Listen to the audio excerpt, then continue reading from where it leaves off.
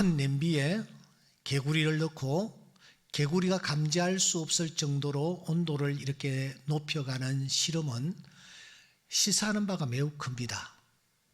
어떤 개구리들은 그래도 감지합니다. 느낍니다. 그리고 오히려 더 정신을 차립니다. 그리고서 적당한 때에 이 개구리는 그 냄비에서 탈출을 시도하는 것입니다. 하지만 대부분의 개구리들은 그렇지 않습니다. 오히려 즐깁니다. 이렇게 따뜻하니 좋구나 하면서 그 안에서 헤엄을 치고 놉니다. 그러다가 이 개구리들이 그 뜨거운 물에 데워져서 그냥 죽어버리는 것입니다. 여러분, 이 실험을 어떤 일을 계기로 사람들이 고안하게 되었을까요? 1860년대 저 유럽에서는 영혼이 과연 어디에 있는 것인가 하는 이런 주제를 가지고 논쟁이 불을 뿜었습니다. 그때에 이 독일의 생리학자였던 골츠라는 사람이 이 실험을 고안했습니다. 이 실험을 하게 되었습니다. 1869년 그는 큰 냄비를 갖다 놓고 개구리를 그 안에 잡아 넣어 보았습니다. 그리고 어떻게 반응하는지를 살폈던 것입니다. 어떤 개구리들은 그 안에서 온도가 점점 높아지자 그냥 튀쳐나왔습니다. 대체적으로 15도씨에서 시작을 했는데 25도쯤 되니까 개구리가 튀쳐나오는 것입니다. 이건 아닌데 하고서는 튀쳐나오는 거예요. 그런데 대부분의 개구리들은 그 속에서 그냥 즐기며 그냥 그렇게 시간을 보내다가 뜨거운 물에 데워져 죽어버리는 것이 아닙니까? 그 상황에서 이 골츠 씨는 영혼이 어디에 있는가 하는 주제를 떠올리고 개구리의 뇌를 일부 제거를 했습니다. 제거하고서는 뇌를 제거한 개구리를 그 냄비 속에 넣어보았습니다. 그런데 이 뇌가 제거된 개구리는 전혀 반응이 없었습니다. 그냥 그곳에서 죽어가고 마는 것입니다. 여러분, 오늘 우리가 몸담고 있는 세상은 어떤 세상이라고 우리가 비유하면 좋을까요? 저는 점점점 온도가 높아져가는 물속과 같다고 저는 표현하고 싶습니다. 특히 지난 1년 여간 동안 코로나라는 물속에서 우리 모두는 다 지금 헤어나지 못하고 있습니다. 빌 게이츠라는 사람이 마이크로소프트 회사의 창업자인 이 사람이 5년 전에 이런 말을 했습니다. 앞으로 인류에게 가장 큰 위기는 핵전쟁의 위기가 아니다. 바이러스와의 전쟁일 것이다. 바이러스의 위기, 이 위기를 인간이 어떻게 극복해 나가느냐가 관건이다. 그렇게 5년 전에 말한 것이 지금 많은 사람들에게 큰 울림으로 다가오고 있습니다.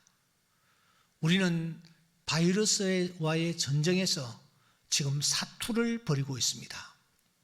그런데 그런 상황 속에 놓여 있는 오늘 우리가 어떤 마음의 자세로 하루하루 살아가고 있느냐라는 것입니다. 너무 오랜 시간 미지근한 상황이 계속 반복되다 보니 우리가 그 환경에 적응해 가고 있지는 않느냐 하는 것입니다. 어떤 강력한 내적, 외적 상황에도 반응을 보이지 않고 있는 것은 아닌가, 우리 자신들을 돌아볼 필요가 있습니다. 영혼이 살아있다면 자각합니다. 의식합니다. 그리고 반응합니다. 하지만 죄로 인해 그 영혼이 피폐되어 있다면, 양심이 굳어져 있다면 서서히 끓어오르는 세상의 이 분위기에 자각을 하지 못하고 오히려 무덤덤해져 버리는 것입니다. 그 환경에 적응하면서 나도 모르게 즐기는 것입니다.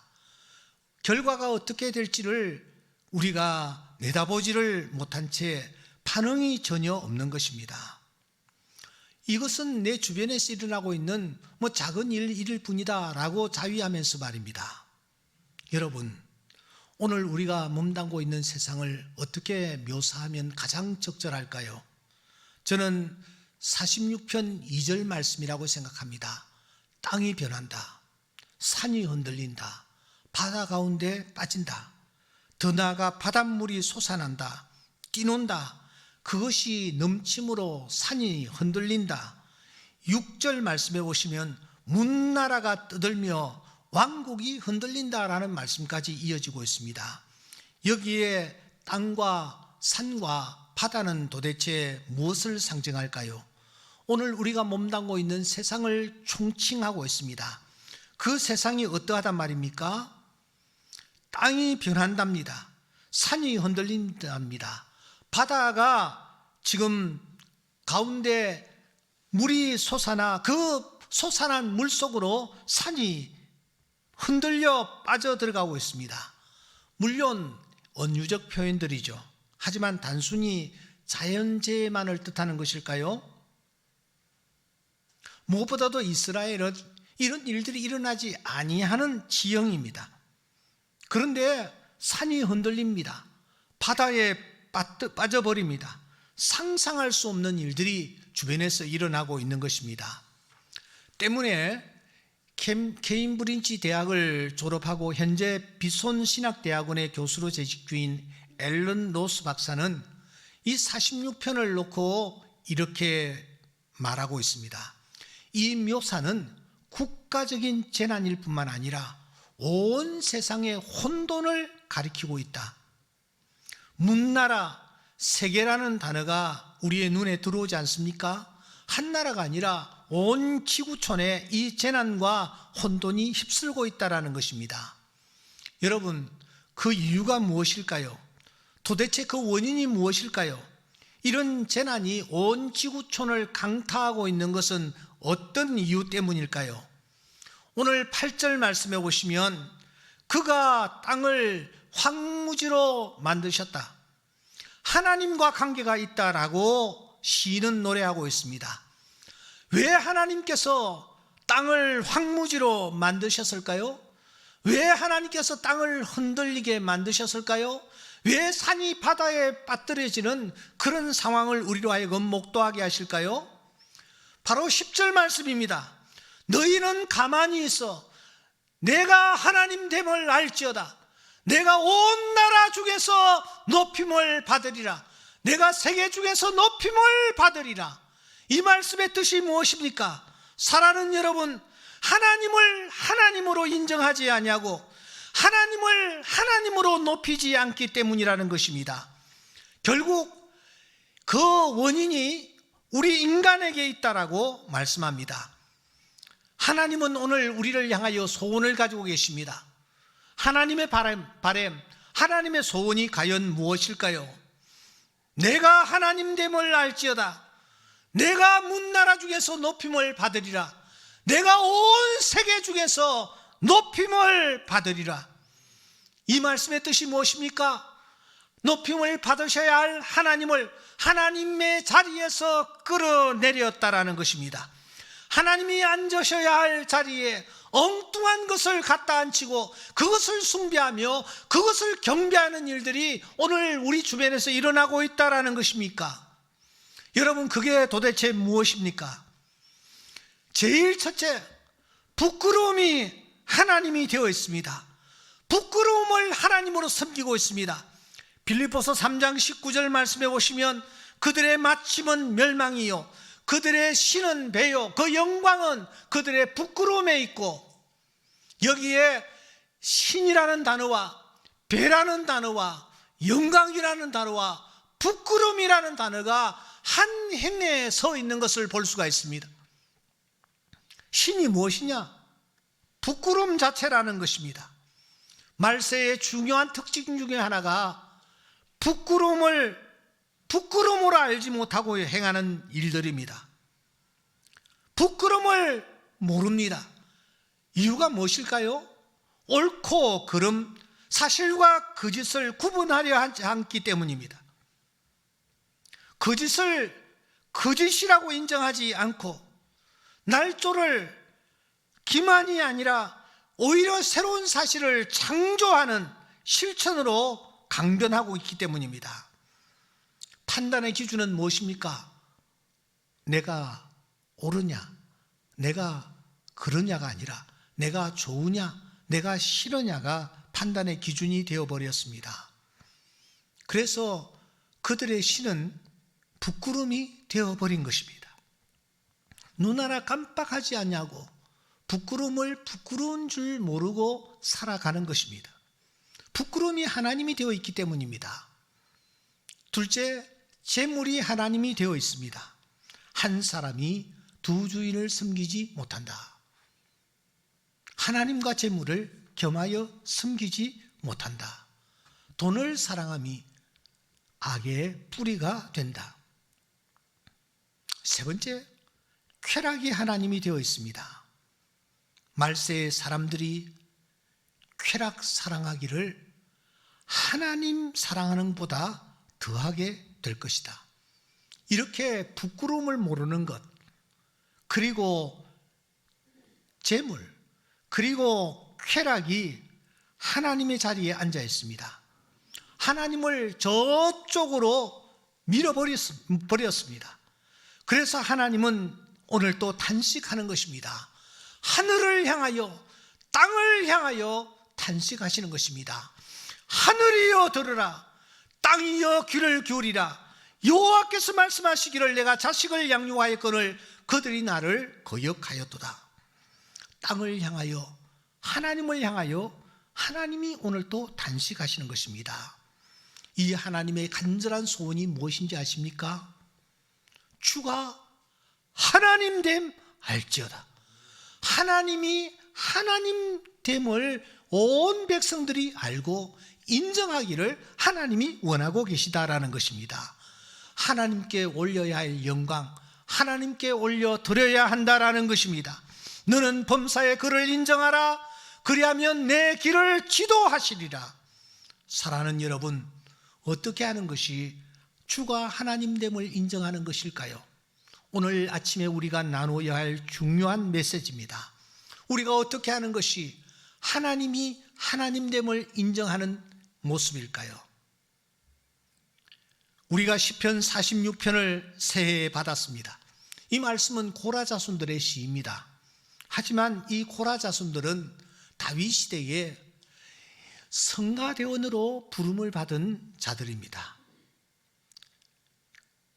이렇게 우리가 본다면 이 시편 46편이 고라 자손의 시라고 소개되어 있기는 하지만 저는 다윗이 불렀던 시가 아닐까, 노래가 아닐까 그렇게 생각합니다.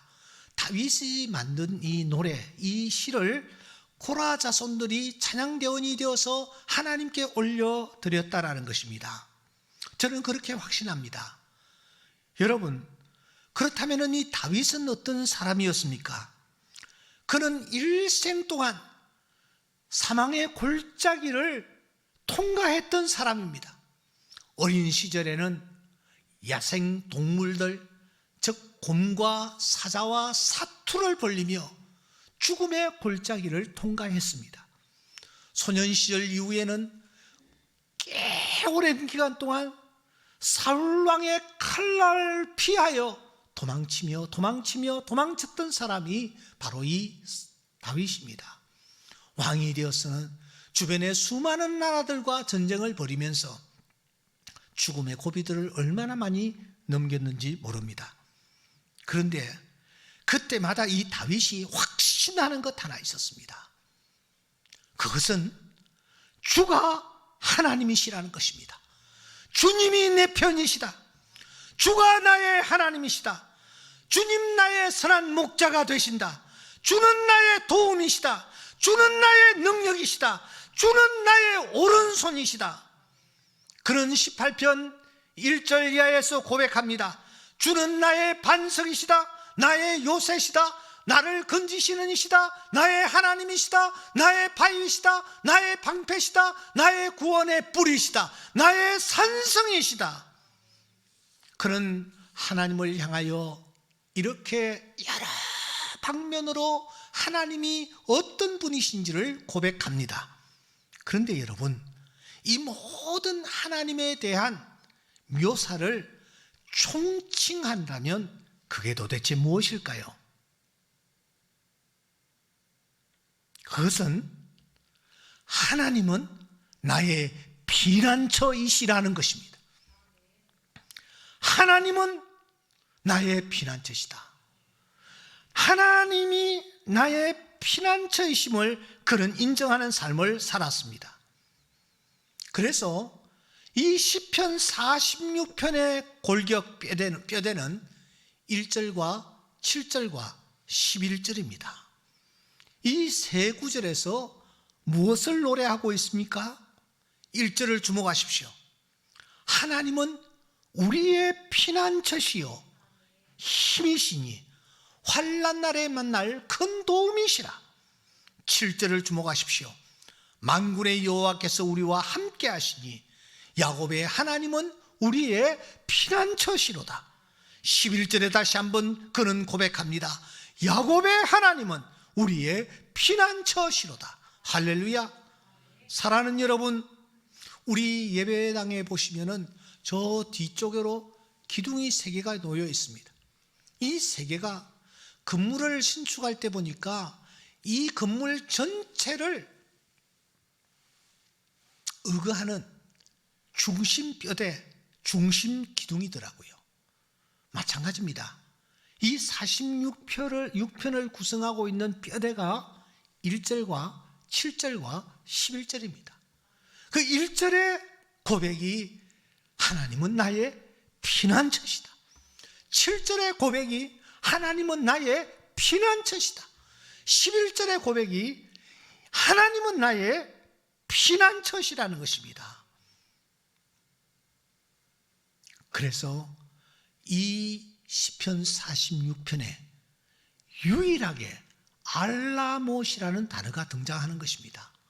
알라못, 예, 여러 뜻이 있지만 그 중에 가장 강력한 뜻은 가장 높게 불러라, 가장 강조하며 불러라, 최고의 음성으로 올려드려라.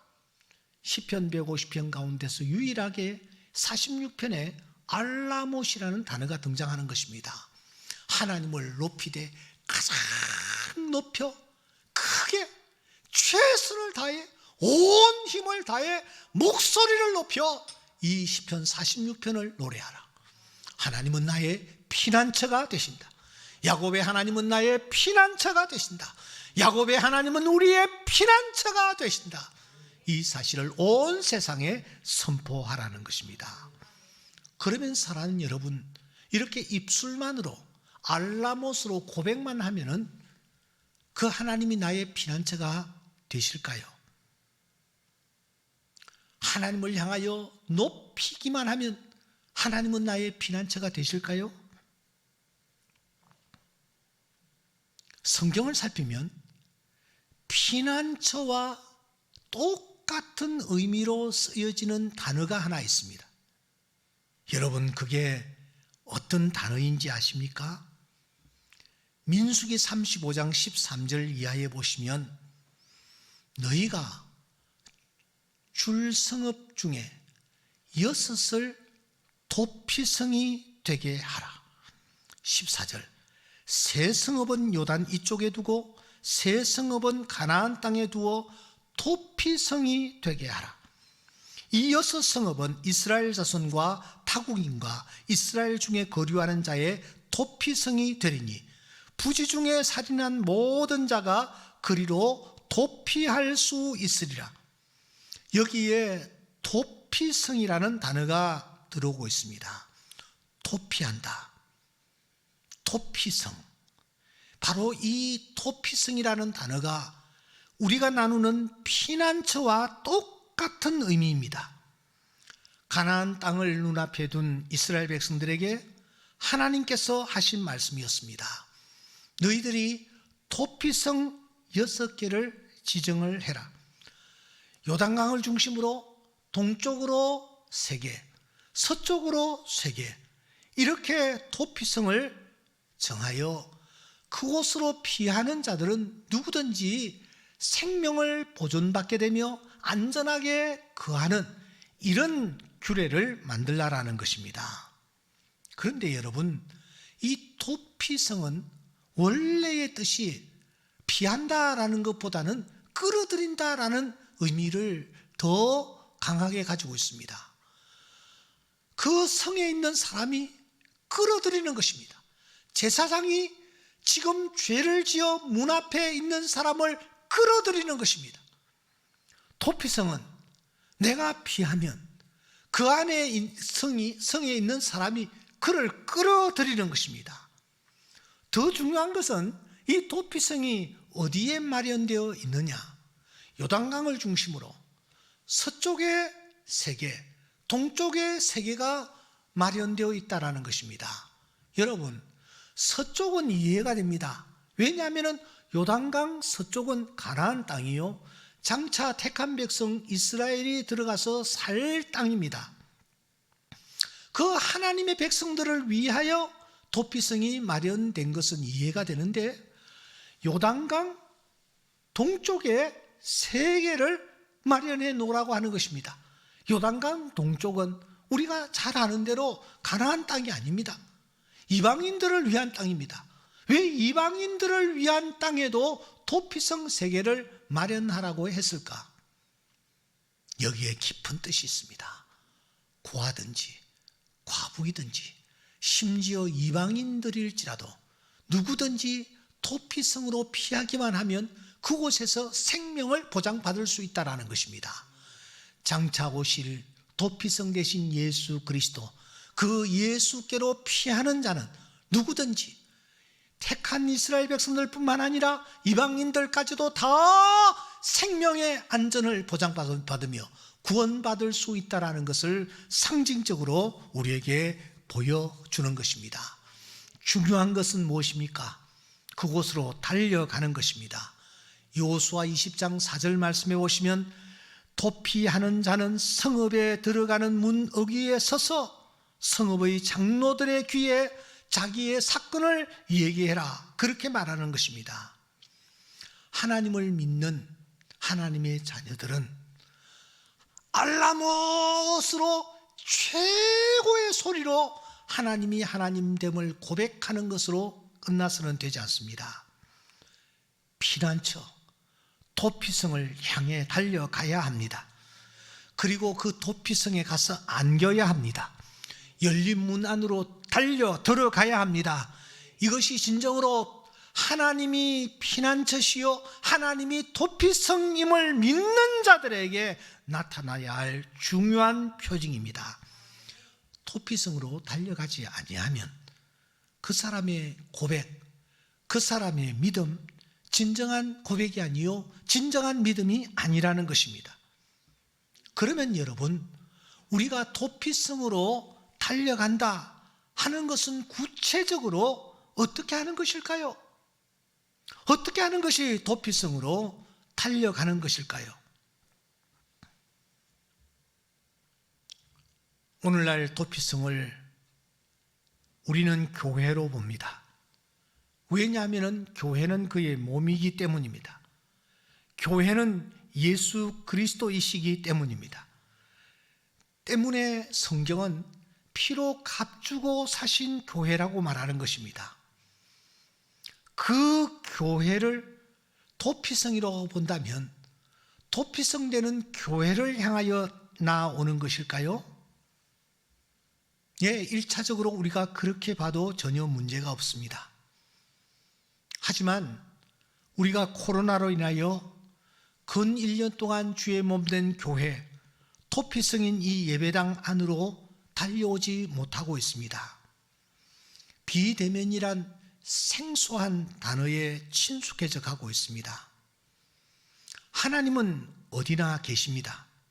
그러므로 지금 유튜브로 예배를 드리시는 분들, 그 가운데서도 주님은 분명히 계시며 그 예배를 받고 계십니다.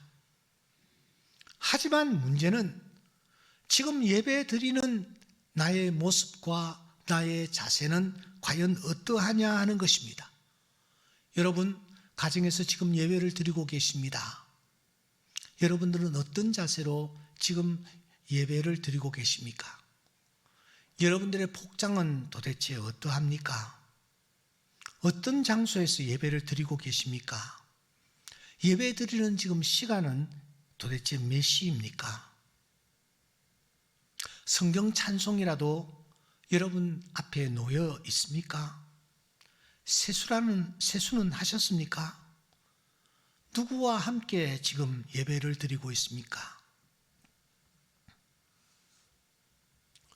점점 세상이라는 냄비는 그 온도를 높여가고 있는데 혹시 나는 그것을 전혀 감지하지도 못한 채 그래도 나는 주의를 지키고 있다고, 예배를 드리고 있다고 그렇게 자위하고 있지는 않습니까? 역사적으로 보면 비대면 예배를 드린 적도 있었고 비대면 예배를 드리는 자들도 있었습니다. 야곱이 홀로 들판에서 돌을 세워놓고 그 돌에 기름을 부으며 예배를 드린 적이 있습니다. 그 예배는 분명히 비대면 예배였습니다.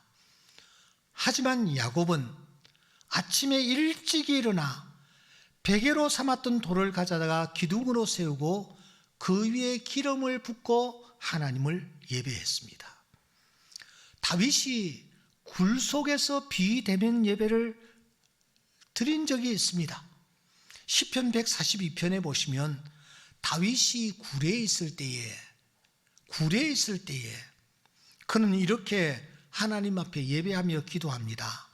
내가 소리내어 여호와께 부르짖으며 소리내어 여호와께 간구하고 있습니다. 다니엘도 비대면 예배를 드렸습니다. 다니엘이 저 바벨론의 포로로 붙잡혀가 있는 상황 속에서도 그는 예루살렘에 와서 예배를 드릴 수가 없었습니다. 그때 그는 자기 집에 돌아가서는 윗방에 올라가 예루살렘으로 향한 창문을 열고 하나님 앞에 예배를 했습니다. 에스겔이라는 청년도 저 그발 강가에서 비대면 예배를 드렸습니다. 30째 넷째 달 초다새에 그가 그발 강가에 사로잡힌 자 중에 있었습니다. 그때 그가 그곳에서 비대면 예배를 드렸습니다. 바벨론의 포로로 붙잡혀갔던 유대인들도 비대면 예배를 드렸습니다. 그들은 바벨론 여러 강변 거기에 앉아서 시온을 기억하며 울었던 것입니다. 이들이 분명히 비대면 예배를 드렸습니다. 하지만 이들은 한결같이 신령과 진정으로 하나님 앞에 예배드렸습니다. 하나님은 그때 그곳에서 드리는 예배를 받으셨고 놀라운 은혜를 부어주셨습니다.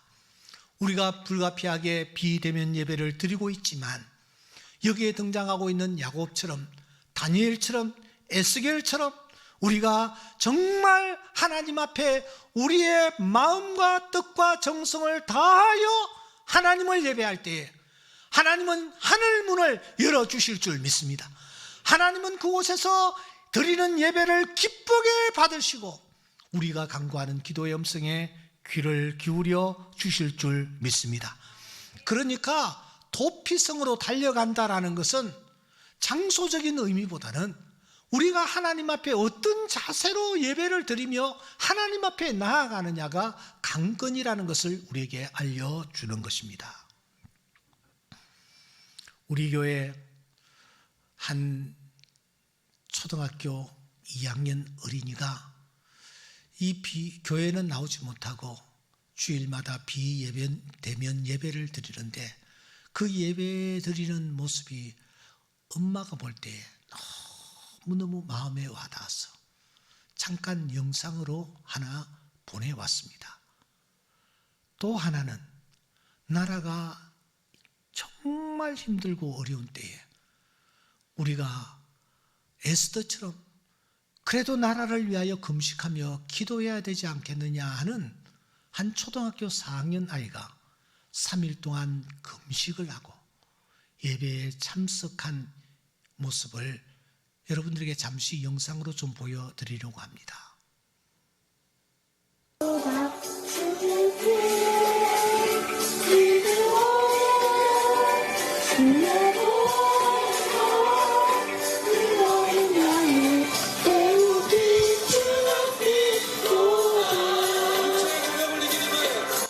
에스더가 먹지도 마시지도 말라 해서 금식을 하게 됐어요. 그래 기도할 때 뭐라고 기도했어요? 나라를 위해서 기도를 하고 나를 위해서 기도하고 또 목사님을 위해서 목사님. 또 할머니가 아프셔서 할머니를 위해서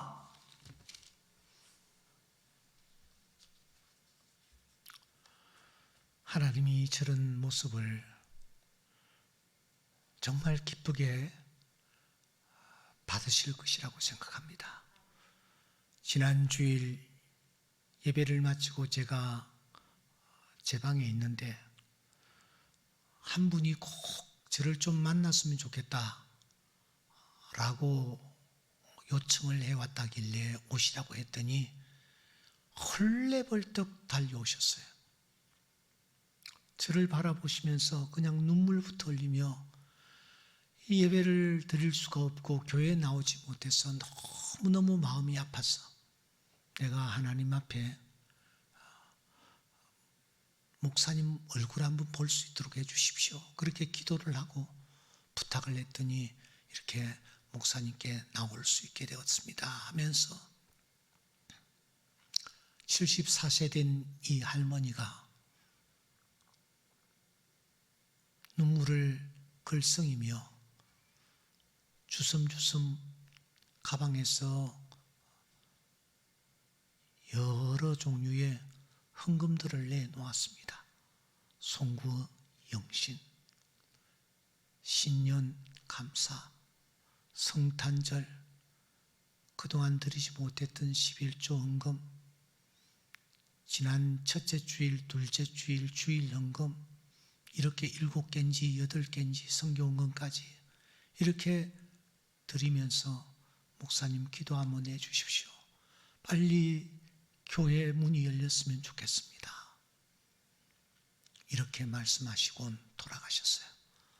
돌아가자마자 또 할머니 한 분이 교회로 무작정 나오셨습니다. 이분은 평소에 나오실 때에도 실버 보행기라고 합니까? 이걸 항상 의거해서 교회에 나오시는 분이에요. 이분이 29년생이니까 93세 정도 되나요? 이분이 나오셔서 저에게 이걸 주고 갔어요. 열어보니까 본인 글씨로 하나님 앞에 헌금을 작정하고 월말에 시행을 하겠습니다. 1월 3일 주일 헌금, 1월 10일 주일 헌금 5,000원, 5,000원 이렇게 봉투를 준비해 가지고 저에게 주고 그 불편한 몸을 이끌고 다시 돌아가는 뒷모습을 보면서 제 마음이 참 많이 웅클했습니다. 여러분, 우리가 지금 예배를 어디서 드리느냐는 중요하지 않습니다. 하나님은 어디나 계시기 때문입니다. 하지만 우리가 정말 신령과 진정으로 하나님을 예배할 때에 하나님은 그곳에서 우리의 예배를 받으시고 영광 거두어 주실 줄 믿습니다. 하나님을 진정 나의 피난처로 삼고 있는가? 내가 도피성으로 달려가고 있는가? 오늘 내가 처한 환경이 어떠하든지 진심으로 주를 찾고 또 찾으실 수 있기를 바랍니다.